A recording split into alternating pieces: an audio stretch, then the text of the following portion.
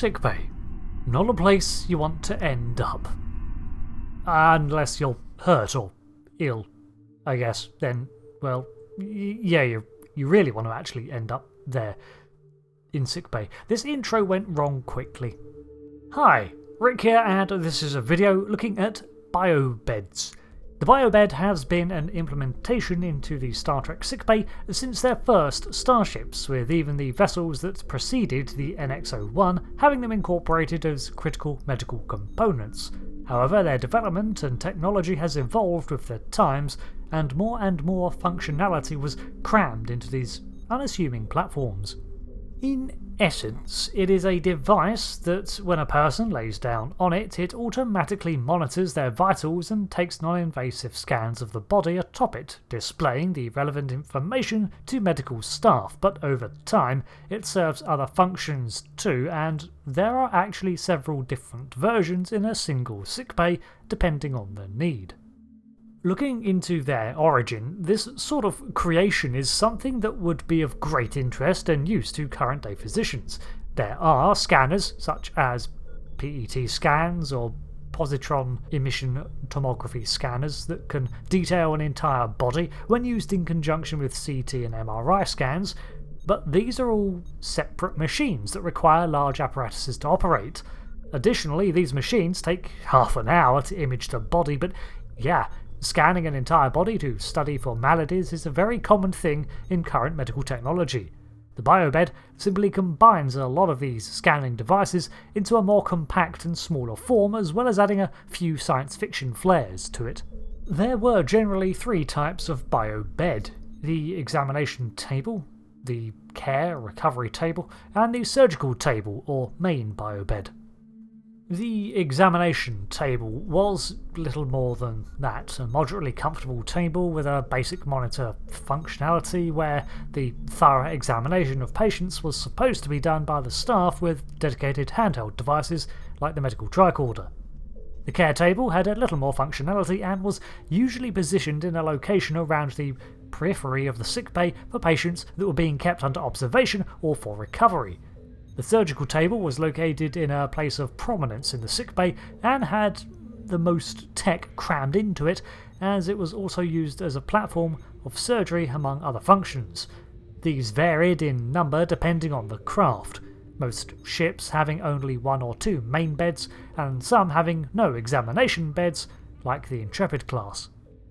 So, internally, all Biobeds had a sensory platform built into the table designed to monitor the life signs of a patient atop it.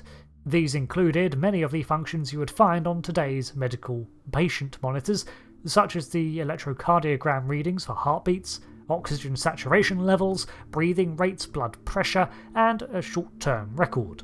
However, unlike current hospitals, most of these would read without monitoring devices being affixed to the patient, observed instead through the scanning devices within the bed itself. These readings also matched the life signs to ones on record and automatically documented the crew member and added it to their medical file, keeping records up to date. They also offered readings on blood composition and neural readings depending on the bed, although these sorts of more thorough readings were more commonly reserved for the long-stay beds you see around. So, on to these.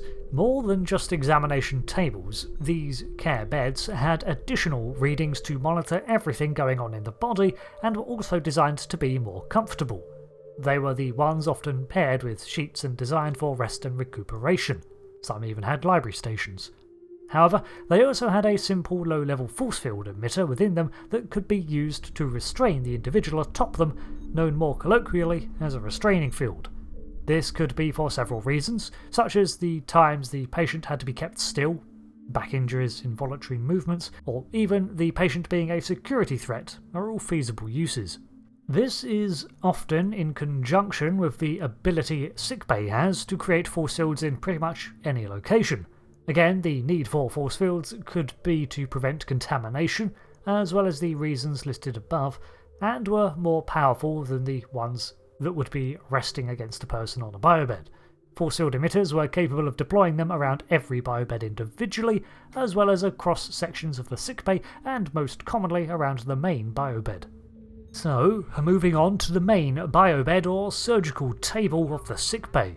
A Starfleet sickbay had at least one of these, sometimes more, and sometimes entire separate rooms for operations and procedures, such as a Galaxy-class starship.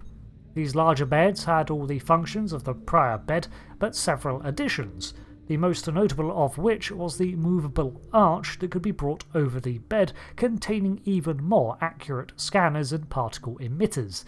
Such an arch was either affixed to the biobed, although there were separate ones that could be brought over to other beds, granting them greater imaging capabilities down to a molecular level. The operating table, however, also had another function, and that was, well, operations. The arch itself was not only home to sensor clusters, but also able to project fields, such as sterilization fields and the aforementioned force fields, and a stasis unit that could act as a minor stasis module, not as effective as a dedicated stasis tube or cryopod, but a similar effect, even housing basic life support systems. It also housed numerous lasers and manipulation instruments, often in the form of energy beams or robotic arms that could be programmed to operate in conjunction with the oversight of a surgeon. It also had a built-in hypersprays for the administration of chemicals. Finally, the arches included dermal regenerators that used the mysterious healing radiation that I cover in the dermal regenerator video, and these aided in the closure of surgical incisions and promoted healing. Again, none of these functions are intended to be used without a surgeon. An incision laser needs to be programmed in, and a doctor may prefer a laser scalpel anyway. The dermal regenerator field is only an ambient one, and a targeted regenerator is still preferred for closure, and so on. Most of the readings taken by biobeds were transferable to other monitors around sickbay, allowing for the staff to give remote observation if needed, or even greater detailed looks at the relevant info during operations. There were also a number of specialised biobeds that had very specific functions, for example the OB/GYN bed that was more of a chair and not a common sight on most Federation vessels. Again, the Galaxy class had one of these, but of course that was a ship designed to bring families and life with the crew, so that fits. The Defiant, for example? No, you're not going to find dedicated childbirth facilities on board. Additionally, biobeds could be quickly retooled to serve various functions, especially if they also incorporated particle emitters for the creation of various energy fields, and again, depending on the facilities of the starship, there were often labs nearby to sickbay which contained such dedicated beds. For science! In the early times of Starfleet, the biobeds were usually separate from the sensor bed or scanning device, such as the large scanning machine on the NX-01 sickbay, and even through to the sensor bed on the early 2270s era Constitution class, but eventually these devices merged with the evolution of the design. Even the basic sensor systems of the 23rd century biobeds were housed overhead rather than in the unit itself, and took up more room than later designs.